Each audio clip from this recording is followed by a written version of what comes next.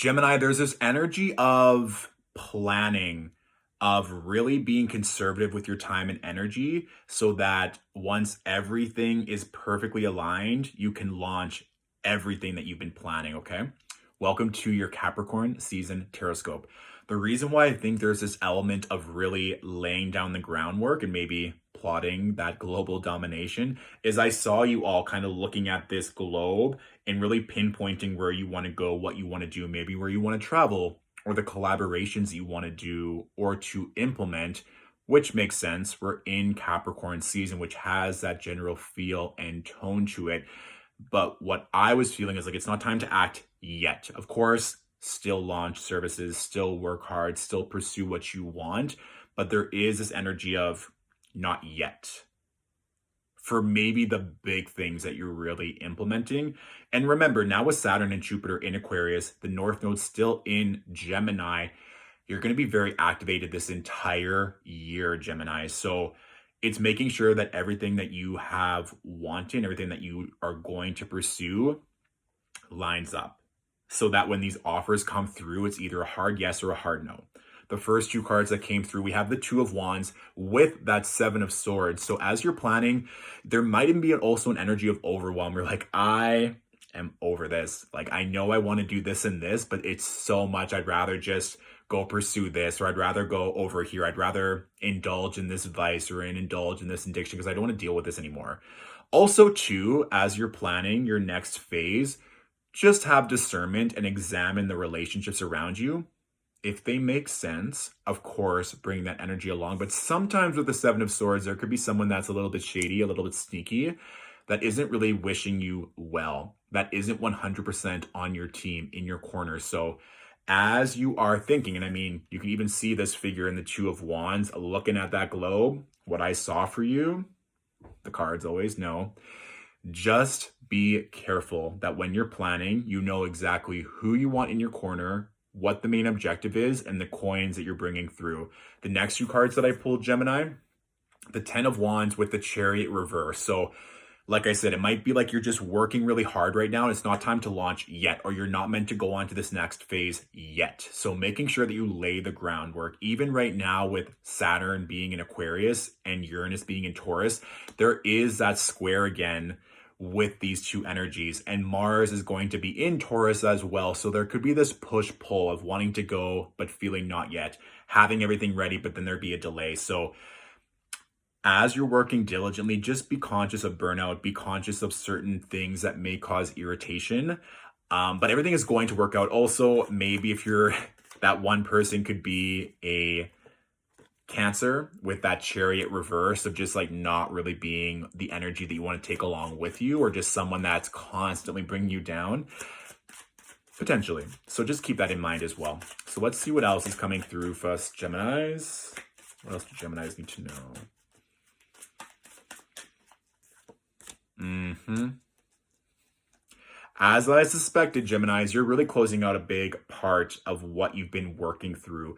Old stories, old narratives, old relationships that are no longer aligned need to be cut out. With that Queen of Swords, it's like those boundaries, your words, affirming what you want. And Geminis, you can't just talk the game. You really need to have the follow through. If you're going to cut a bitch, cut a bitch. Don't just say you're going to cut her or him or them. Be diligent and also be careful what you wish for. That's a big thing that I always note with the Queen of Swords. If you're wanting all of this exposure, all of this money, all of this opportunity, and the universe gives it to you, make sure that you're ready for it. Again, this energy of laying the foundation, being very sure, measuring twice, cutting once, all of this preparation does seem to be in effect right now. And again, Gemini is that mutable air, but Capricorn is cardinal earth. Capricorn wants you to be prepared for everything that's coming and not just jump right into it. And it's very obvious that you're closing out old cycles and old narratives so that you can bring in this new energy, Gemini. So just be aware of that. And of course, with the world being a major arcana, the last major arcana, you're wrapping up things, you're closing out things, finishing off Q4, everything that you need to do right now, it's now setting you up for everything that's coming through, everything that's aligned. You got to clean up house a little bit, I feel, to make sure that any stagnant relationship, stagnant energy is gone, okay? So let's see what else is here. What else do Geminis need to focus on? I also see some of you like smoking a joint, chilling out. Oh, fun.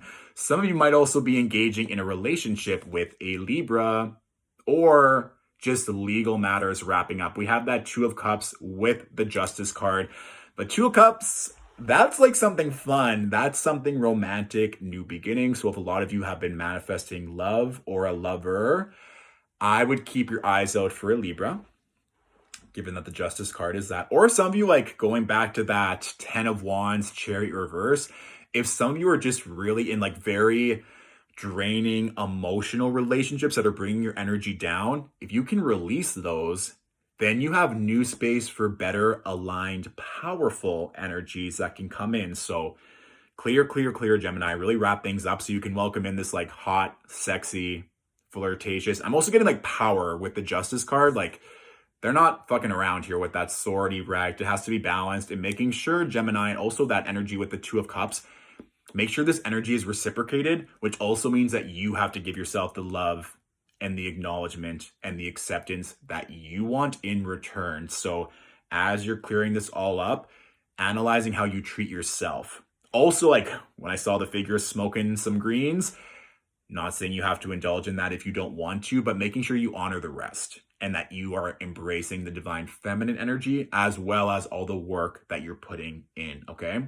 That's really key, especially when you're wanting to draw in new love or just bring in new goods. You have to be sure that the divine feminine channel is in good shape, okay? So I'm just going to pull one or two more cards around prosperity, given that we're in Capricorn season. I'm doing this for every zodiac sign. So what can Geminis focus on for prosperity this season?